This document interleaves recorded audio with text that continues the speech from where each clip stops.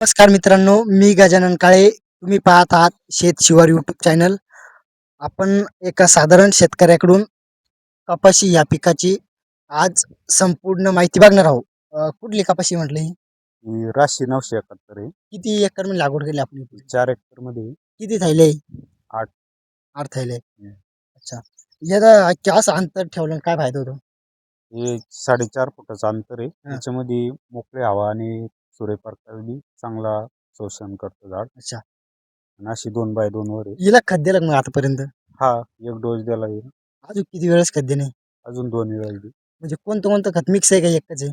नाही ना, मिक्स कोणतं कोणतं? 10 26 26. हा. त्याच्यात पोटॅश घ्यायचं, हा. दाणेदार, हा. आणि थोडा अर्धी बॅग युरियाची आणि घ्यायची. मिक्स खत दिलं काय फायदा होतो समजा?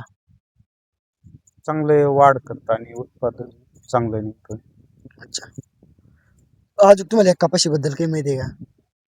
कपाशीबद्दल काय, आता हे हे जे वाण आहे हे हा. चांगलं आहे, म्हणजे रोगाला बी कमी आहे, हा. प्रतिकारक क्षमता जास्त आहे याच्यामध्ये. आणि आवरेजला कशी बरी थैली? अवरेजला एका बॅगला समजा 6 क्विंटल 6.5 क्विंटल.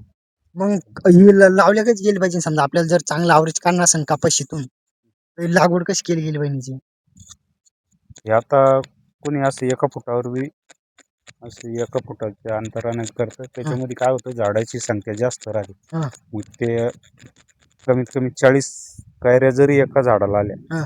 तर ते 2 झाडं मिळून 80 होते. हा. आणि हे काय आहे, आता हा. हे 2 फुटावर असल्यामुळे याला 60-70 कैरी एका झाडाला. याच्यामध्ये कमीत कमी 10-15-20 कैऱ्याचं कमीच होणार आहे. मग याच्या फावणी कोणती केली आता लोक? आता याच्यावर मव्यासाठी घेतलं होतं उलाला. किती फावण्या केल्या का एकच केली? एकच केली. अच्छा. मग ह्याचं वाण आहे, अजून दुसरं वाण लावतो तुम्ही याच्यानं? दुसरे बरेच लावून पाहिले आपण. हा. मग बर्माचं काय होतं, ते जरा कोकडा येतो त्याच्यावरून ज्यादा राहत. अच्छा.